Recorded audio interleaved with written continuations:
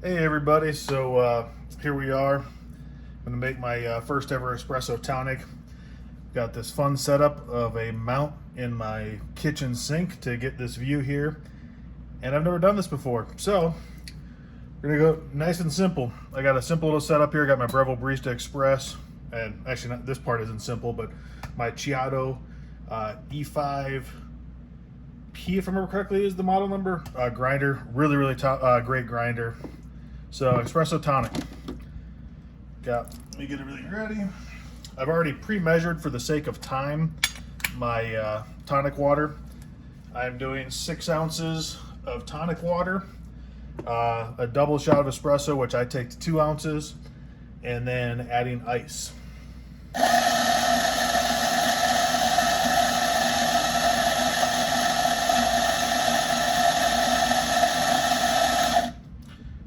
Definitely did way too much there. Luckily I've got a knock box here I kind of take the grinds to.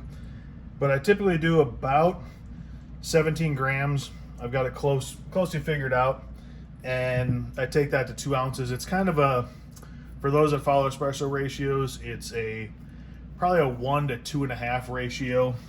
I could probably take it to 1 to 2, but I just find the going by volume at the end by ounces instead of grams and doing a 1 to 2 exactly, it's just too annoying for me on a day in, day out. Got my generic leveler. So I have a distribution tool leveler, so that's going to get everything nice and packed down, as you can see here. Hopefully that comes through. I like to use a palm tamper for consistency. The nice thing about both of these tools is once you get everything dialed in, it's all I'm adjusting every shot is the grind for new beans. But obviously the Breville comes with this little tamper. Works great. I just prefer to make sure I get consistent every single time. So I clean off all the debris here. And now technically this is ready. What I'm gonna do is, just because I want to be able to pour the shot straight in, is gonna be, I'm gonna grab some ice real quick.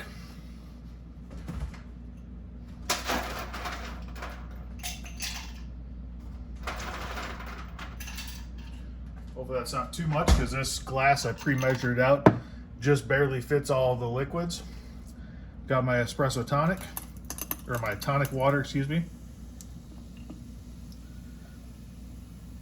Like I said, that's 6 ounces with some ice, and then I'm gonna pull a 2 ounce shot. And I think that should do. So one thing you can do when you're pulling shots of espresso, actually I know a lot of people do, is they measure it in ratio coming out.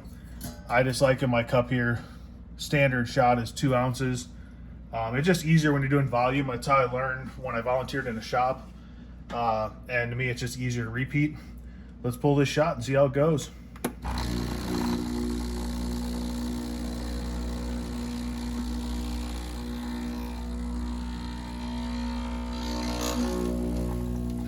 It's actually my first shot of the day, and it's late in the afternoon. Clean up.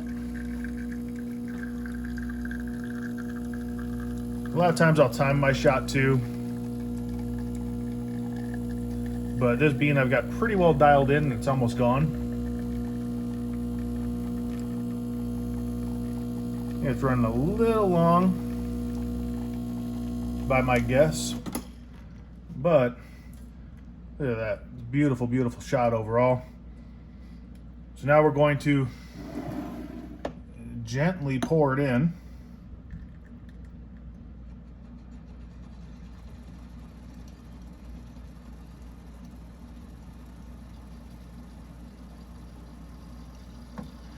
Now some people will add lime or lemon to this as well.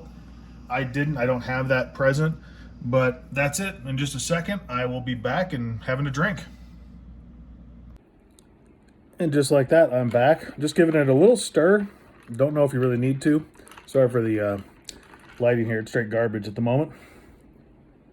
But like I said, this is the last time I had an espresso tonic was probably like 4 years ago. I really liked it. Didn't know how to make it. Never really thought about making it. So today's kind of a chance to try it. What I do want to try it is with a different bean. I have apprehensions without tasting it yet. think this bean's not right for it. From what I've read, a lot of people suggest using like fruitier, more citrus floral based tasting note espresso.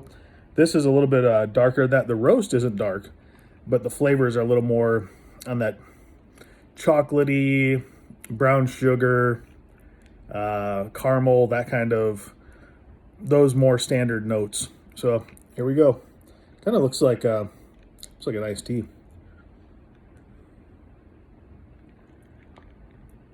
Ooh.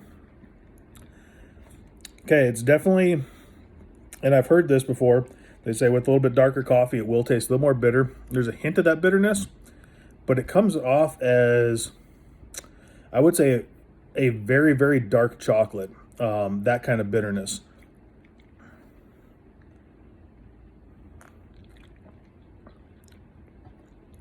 But it's very pleasing, very refreshing.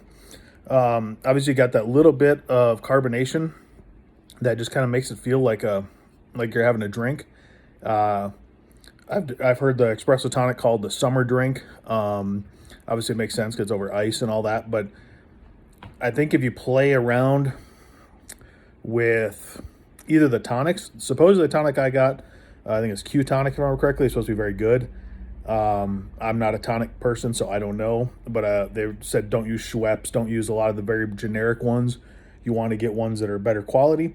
But I think with adding a better bean, which I'll try in a few days, I think I've got maybe 2 days worth of beans left before I switch over to my little more fruit-based ones. I think when I switch over, I'm going to try it again.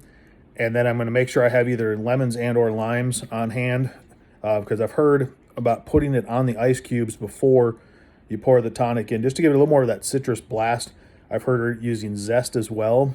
I don't know if I'll go that far.